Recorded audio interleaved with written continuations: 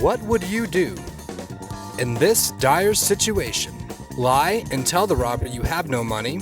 Turn and run away as fast as you can.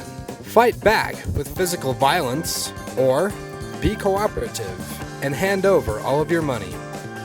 Many options, not much time. Hi, I'm Spider-Man. Welcome to SuperSafety. Every year, millions of people in the United States are victims of violent crimes.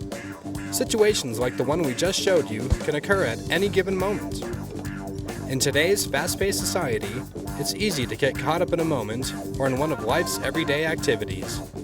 It may sound like common sense, but the key to awareness is paying attention.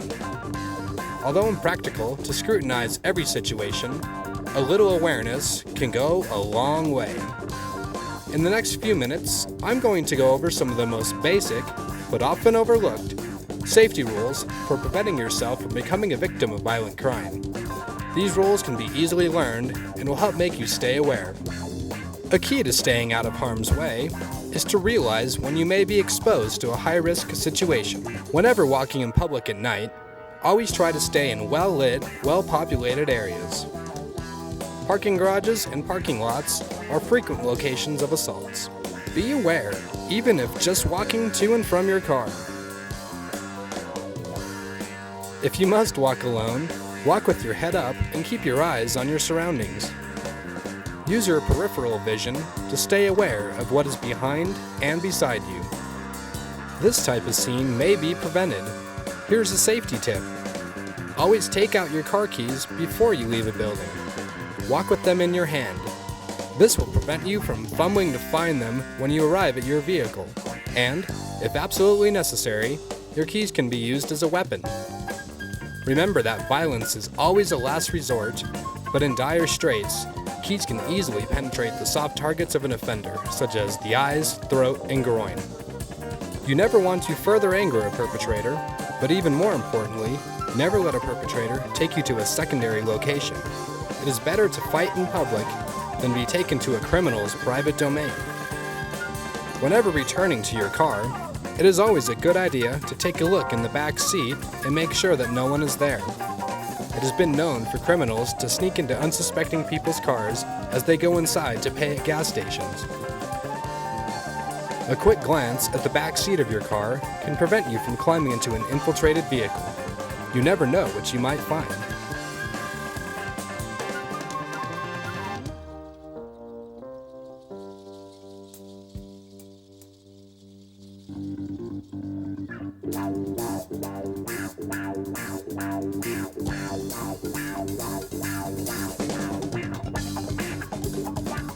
Operating a motor vehicle is the last place you want to stop paying attention to your surroundings. Many people do not take the task of driving seriously.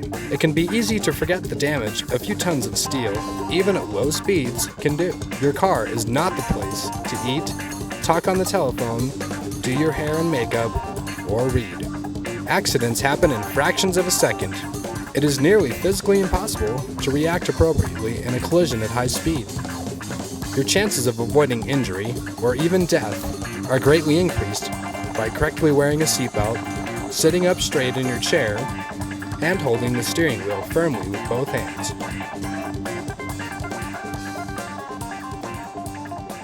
Accidents are not the only factor putting you at risk in your vehicle. Road rage and vehicle breakdowns can put you in dangerous situations. Always make sure your vehicle is in good operating condition. Have it serviced at appropriate intervals. Make sure you always have basic tools in your vehicle. It is a good idea to carry extra oil, gas, radiator fluid, and windshield wiper fluid, especially on long road trips. Always make sure you have a good spare tire available, and make sure to keep it full of air, or you may find yourself stranded. To avoid being a victim of road rage, never tailgate a vehicle in front of you. When stopped in traffic, always leave enough room between yourself and the drivers in front and behind you so that you could drive away, forwards or backwards if needed. Don't make quick, sudden movements in moving traffic, and always use turn signals. Avoid confrontations while driving. Never stop and get out of the car while in traffic. And avoid offensive gestures. So, what about our couple from the beginning of the program?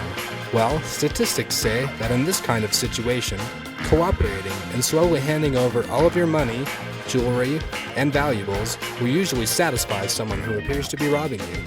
Remember though, never leave with the perpetrator to a secondary location. Let's go over what we covered. Always try to recognize high-risk situations, such as walking in alleyways, dark parking lots, and parking garages at night. When in these situations, walk in groups if possible and look up and around you. Be prepared when approaching your vehicle. Have your keys ready and check the back seat before getting in. Keep your vehicle in good running order and always concentrate on the road while driving. Avoid road rage by being a defensive driver.